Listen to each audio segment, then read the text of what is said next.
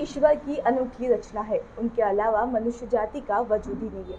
आज इस दुनिया में नारी की वजह से ही मनुष्य जाति का वजूद है।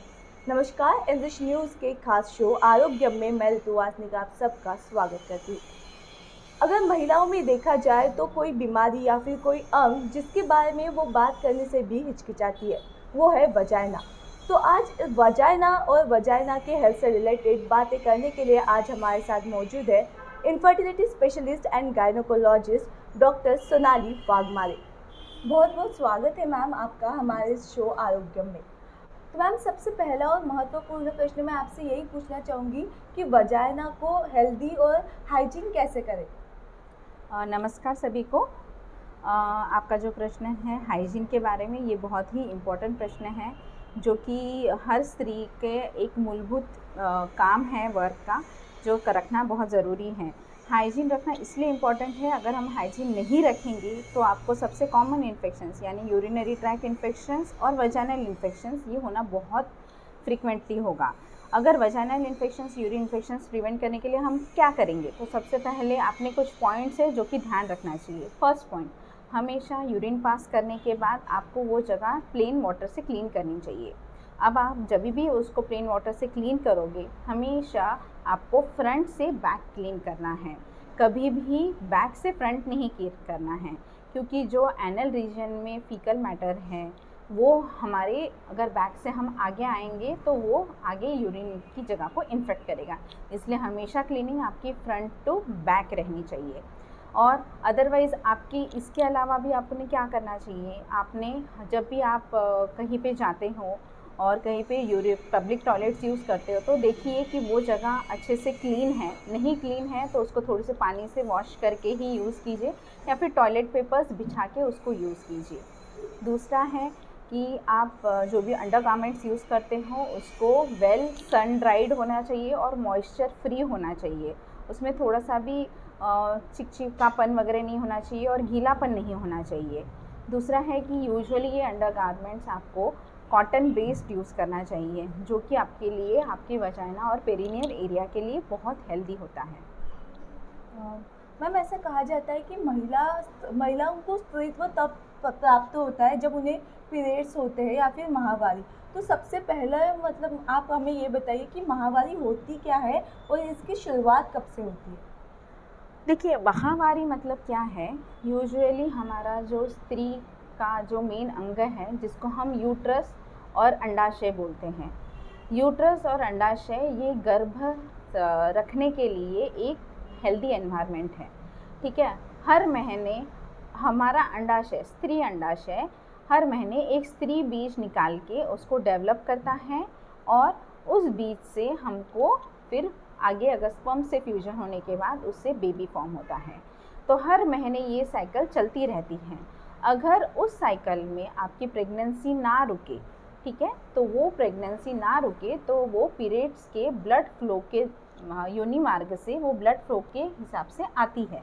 इसको ही हम मेंसेस बोलते हैं, यानी पीरियड्स बोलते हैं, जो कि हर महीने हमको आता है। यूजुअली इसका नॉर्मल एज ग्रुप 9 से 13 साल तक है। तो 9 से 13 साल तक अगर लड़कियों को पीरियड्स आ जाना चाहिए। अगर नहीं आता है 13 साल के बाद तो पेरेंट्स ने अपने गायनेकोलॉजिस्ट को बच्चों को दिखाना चाहिए। जैसे कि मैम ऐसे बोलते हैं कि मतलब मेरी बेटी को पीरियड्स नहीं हुए, 13 साल की हो गई फिर भी, तो ये कोई डरने की वजह है क्या?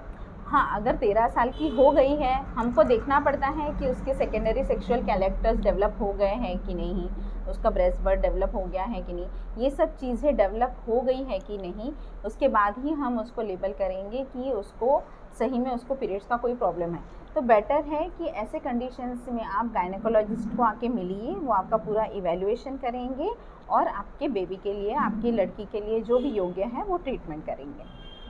मैम, पीरियड्स के दौरान लड़कियों में मतलब लगातार ऐसे खून जाता रहता है, तो इस वक्त हम अपनी वजाइना को हाइजीन कैसे कर सकते हैं? हाँ, ये बहुत इम्पॉर्टेंट सवाल है, ठीक है। पीरियड्स के दौरान हाइजीन ये बहुत ही इम्पॉर्टेंट इशू है। मैक्सिमम इन्फेक्शंस के चांसेस इसी पीरियड में होने के ज़्यादा चांसेस है। जब पीरियड्स चालू रहता है यूजुअली वर्किंग वुमेन्स ऐसा होता है कि पैड्स चेंज नहीं करती हैं, बट आई विल रिकमेंड कि आप फ्रिक्वेंटली पैड्स चेंज कीजिए।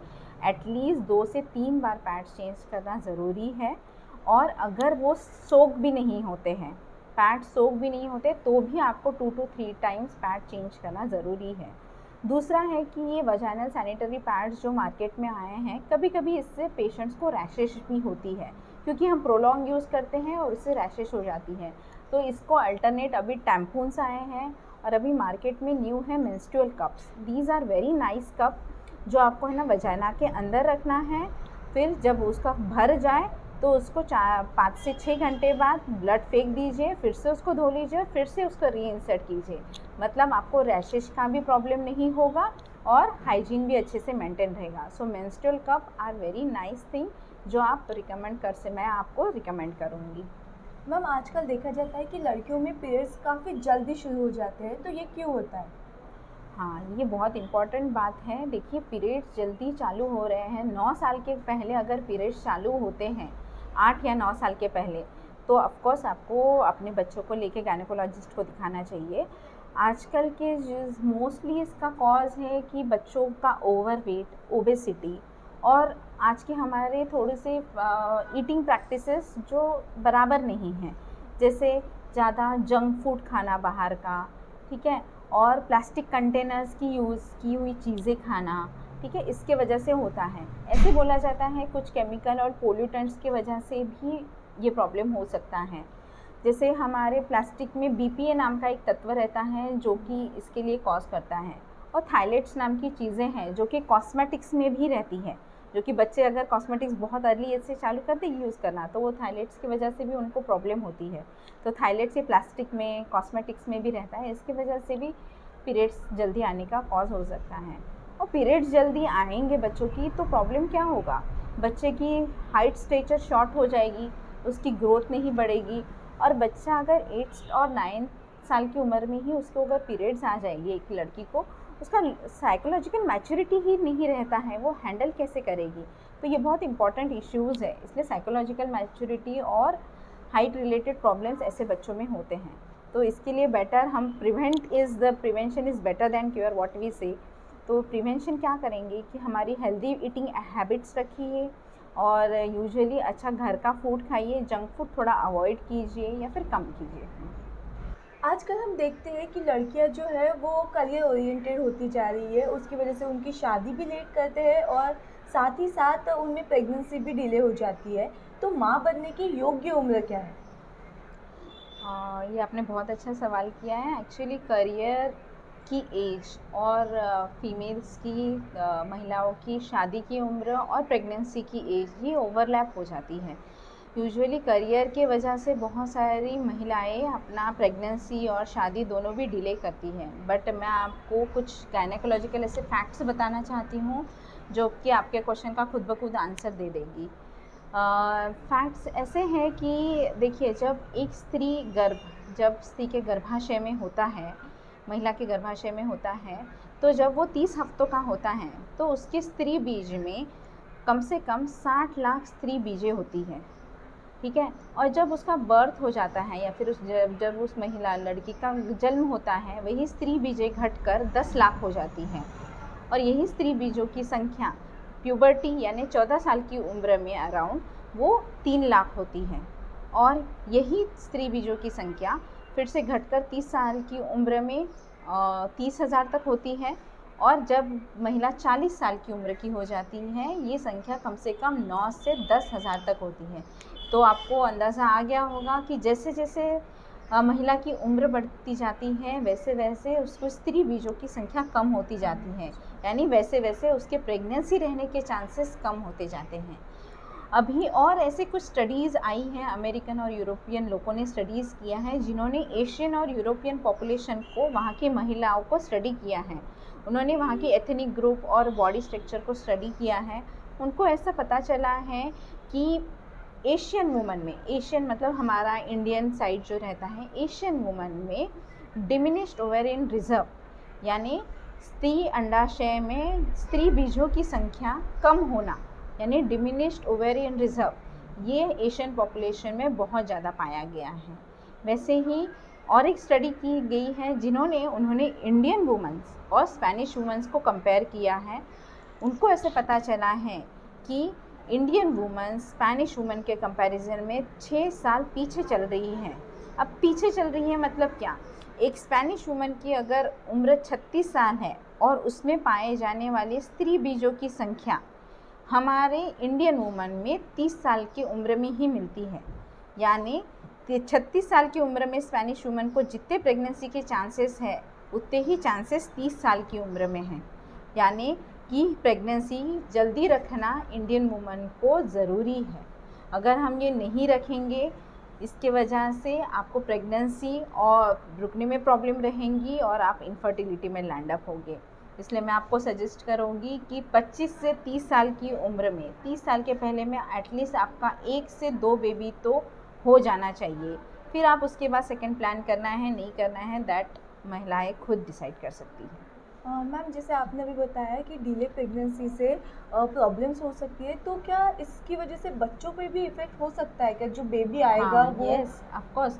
जैसे जैसे उम्र बढ़ती जाती है ना, वैसे वैसे कंजेनिटल एनोमलीज के चांसेस ज़्यादा बढ़ते हैं, क्योंकि वो स्त्री बीज उतना ही ओल्ड होते जाता है।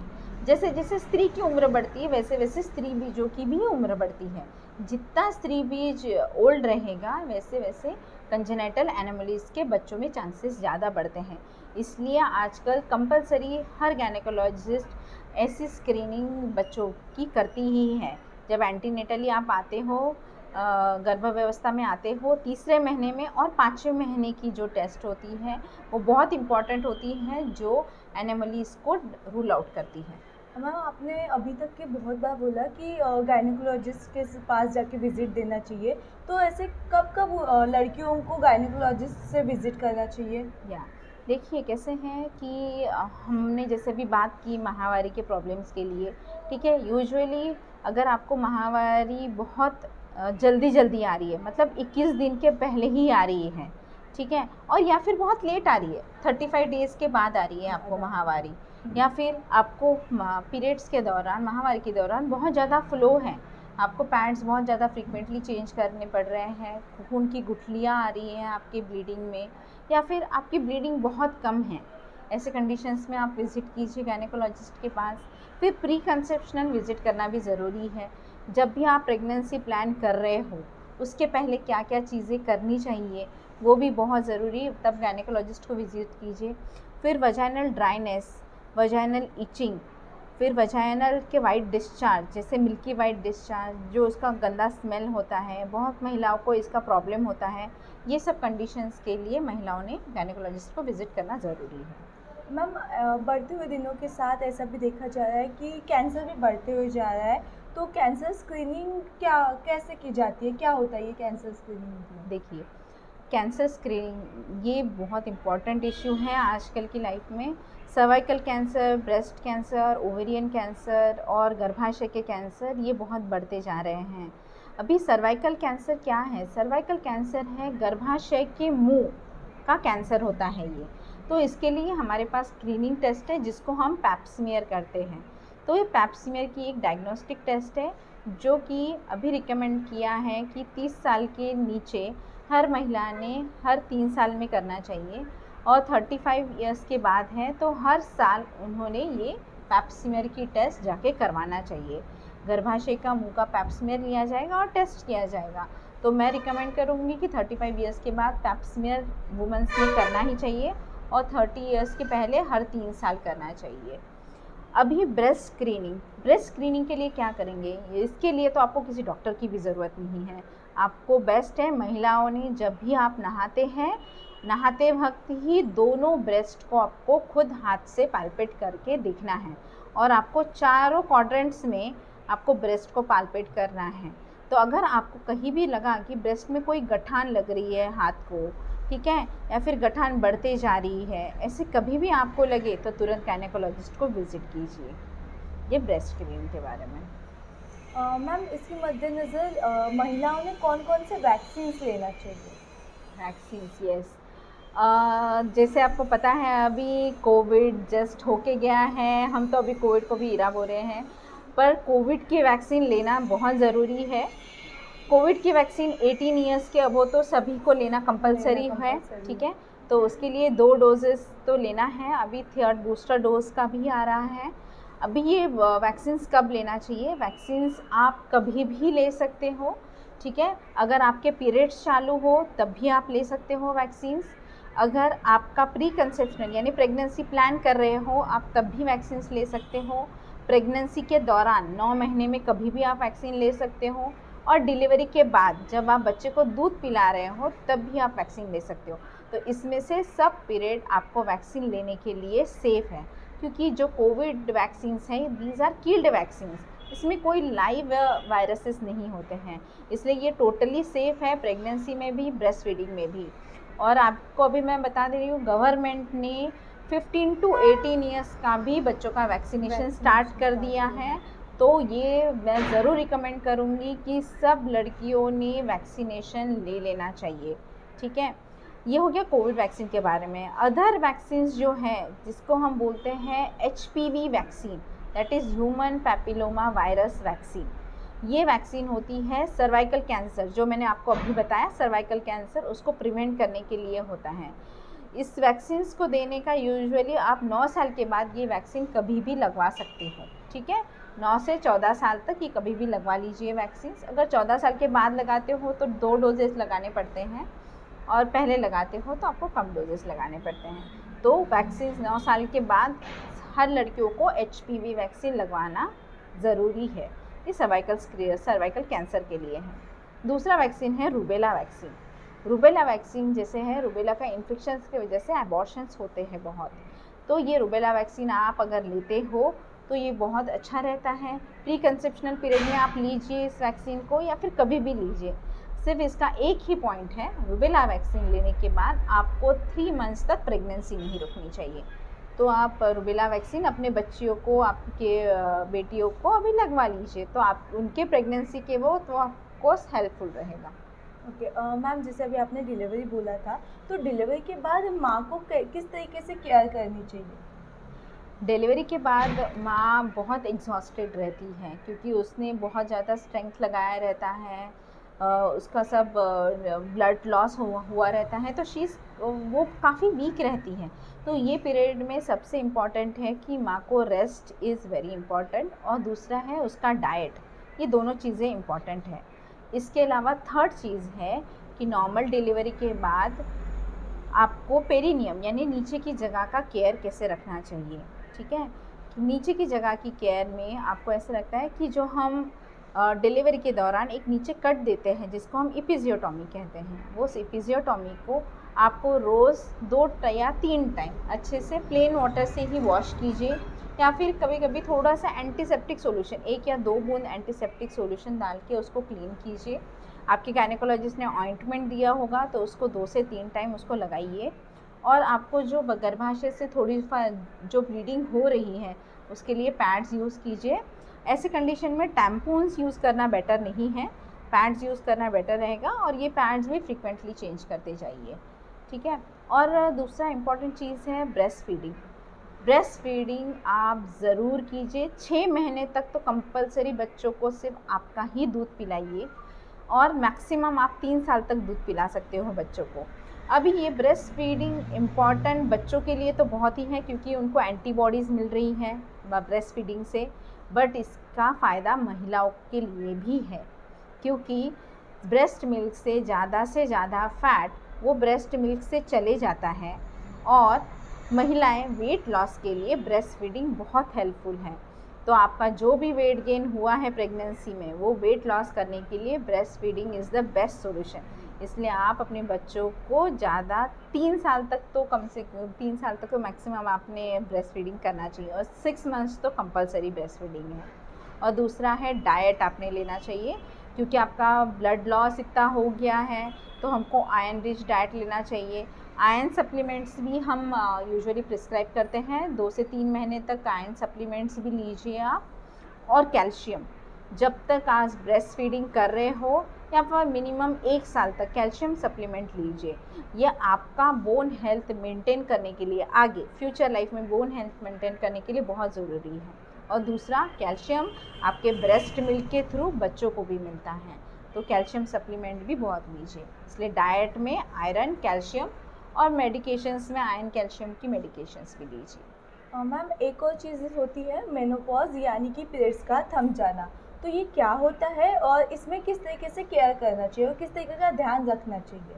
हाँ, देखिए मेनोपॉज यानी क्या, जो महीने की माहवारी है स्त्री की, जब वो पूरी तरीके से बंद हो जाती है, इसके लिए हमने कम से कम टाइम दिया है 1 साल। अगर एक स्त्री को 1 साल तक पीरियड्स नहीं आते हैं तो हम वो वुमन को बोलते हैं कि वो उसको मेनोपॉज आ गया है। तो ये हार्मोनल मेनोपॉज है, उसके शरीर के जो हार्मोन्स है ईस्ट्रोजन, प्रोजेस्टेरोन, ये कम हो जाते हैं। तो जब ईस्ट्रोजन कम हो जाता है, ईस्ट्रोजन के बॉडी के ऊपर साइड इफ़ेक्ट्स होते हैं। तो ईस्ट्रोजन साइड इफ़ेक्ट्स क्या करता है, पेशेंट को बहुत गर्म लगता है, हाथ पैर गर्म लगते हैं, चेहरा लाल होता है, गर्मी महसूस होती है, कभी कभी उसको नाइट में उसको पसीना आने लगता है, घबराहट होती है, ठीक है। उसको बीपी का प्रॉब्लम नहीं हुआ तो बीपी का प्रॉब्लम बढ़ जाता है, कार्डियक थ्रेसिस उसकी बढ़ जाती है। दूसरा है ईस्ट्रोजन्स की वजह से बोन हेल्थ को भी अफेक्ट होता है। जैसे मैंने आपको बताया कि वुमेन्स यूजुअली कैल्शियम सप्लीमेंट अपने लाइफ टाइम में लेती नहीं हैं और उसकी पहले से ही कैल्शियम की वजह से बोन हेल्थ पहले से ही लॉस में है, और ईस्ट्रोजन अभी हम ले नहीं रहे हैं, मतलब ईस्ट्रोजन मेनोपॉज में नहीं रहता है और उसकी बोन हेल्थ ख़राब हो जाती है।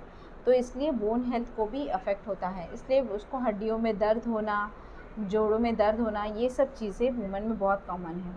दूसरी चीज़ें मेनोपॉज में आता है वजाइनल ड्राइनेस। वजाइनल ड्राइनेस की वजह से वहाँ पे इचिंग होना, फंगल इन्फेक्शन बैठना, ये चीज़ें भी बहुत कॉमन होती है। तो ये सब मेनोपॉज के रिलेटेड साइंस एंड सिम्टम्स हैं। तो इसके लिए हम करेंगे क्या? यूजुअली मेनोपॉज आने से पहले, उसके 3-4 साल पहले से ही पेशेंट्स को थोड़े थोड़े शरीर में चेंजेस आना पता चलते हैं, और ये चेंजेस पेशेंट को भी खुद पता चलेगा, महिला को, और जो साथ में रहने वाले फैमिली मेम्बर्स हैं उनको भी समझ में आएगा कि अपनी घर की स्त्री में थोड़े इमोशनल चेंजेस हो रही हैं, थोड़े स्ट्रेस चेंजेस हो रहे हैं, थोड़ा बिहेवियर चेंज हो रहा है, या ये फैमिली मेम्बर्स भी पता कर सकते हैं। तो ऐसे वक्त यूजुअली फैमिली मेम्बर्स का सपोर्ट बहुत इम्पॉर्टेंट है मेनोपॉज में। पेशेंट को, महिला को स्ट्रेस फ्री रखना चाहिए। महिला को कभी कभी डिप्रेशन भी रहता है इस पीरियड में, तो महिलाओं ने अपना डाइट के ऊपर ज़्यादा ध्यान रखना चाहिए। डाइट में ईस्ट्रोजन युक्त डाइट लेना चाहिए, जैसे फाइटो ईस्ट्रोजन्स रहते हैं, सोया मिल्क में रहता है, सोयाबीन में रहता है, तो इसका सेवन कीजिए हमेशा। कैल्शियम रिच डाइट लीजिए जो कि बोन हेल्थ मेंटेन के लिए बहुत ज़रूरी है। तो कैल्शियम रिच डाइट में है रागी है, बाजरा है, ठीक है, फिर दूध है, दही है, ये सब लेना, सेवन करना ज़रूरी है। और इसके अलावा आपको अगर सिम्टम्स ज़्यादा हैं तो आप गायनेकोलॉजिस्ट के पास जाके कैल्शियम की भी सप्लीमेंट्स लीजिए, विटामिन D3 की सप्लीमेंट्स लीजिए। और अगर इन सब मेडिकेशन से भी आपका रिलीफ नहीं हो रहा है तो हम हार्मोन ट्रीटमेंट देते हैं, जिसको हम हार्मोन रिप्लेसमेंट थेरेपी कहते हैं, जो कि लास्ट रिजॉर्ट है, हम लास्ट में पेशेंट को दे सकते हैं। बहुत बहुत धन्यवाद मैम। और अभी जैसे कि 8 मार्च यानी वुमेंस डे है, तो स्त्री सशक्तिकरण के लिए आप सभी महिलाओं को क्या कहना चाहेंगी? मैं तो कहना चाहूँगी स्त्री सशक्तिकरण तो मैं तो बच्चों से लेके मेनोपॉज तक सभी को एडवाइस करूँगी कि आप अपनी हेल्थ की तरफ ध्यान दीजिए। मैंने आपको हेल्थ रिलेटेड बहुत सारी टिप्स भी बताई हैं, उसका फॉलो कीजिए। और कभी भी थोड़ा सा भी प्रॉब्लम होता है अपने गायनेकोलॉजिस्ट को जाके रेफ़र कीजिए। और वुमेंस का यूजुअली मैं आपको बताती हूँ ऋतु कि वुमेन्स आर लाइक कि वो अपने हेल्थ के ऊपर सबसे आखिरी में ध्यान देती है। Exactly. तो ऐसा नहीं करना चाहिए, क्योंकि फिर बाद में उनको मेनोपॉज के वक्त बहुत तकलीफ जाती है। बच्चों में उनका पूरा लाइफ टाइम चला जाता है और महिलाएं खुद की तरफ ध्यान नहीं देती है। तो women health is a priority. I will say that please अपनी खुद की तरफ ध्यान रखिए और हेल्दी रहिए। Thank you. तो ये थे आज हमारे साथ infertility specialist and gynaecologist doctor Sonali Waghmare, जिन्होंने वुमेन हाइजीन, वजाइनल हाइजीन के बारे में हमें अच्छी जानकारी बताई। ऐसे ही मेडिकल और हेल्थ से रिलेटेड जानकारी जानने के लिए देखते रहिए हमारा शो आरोग्यम।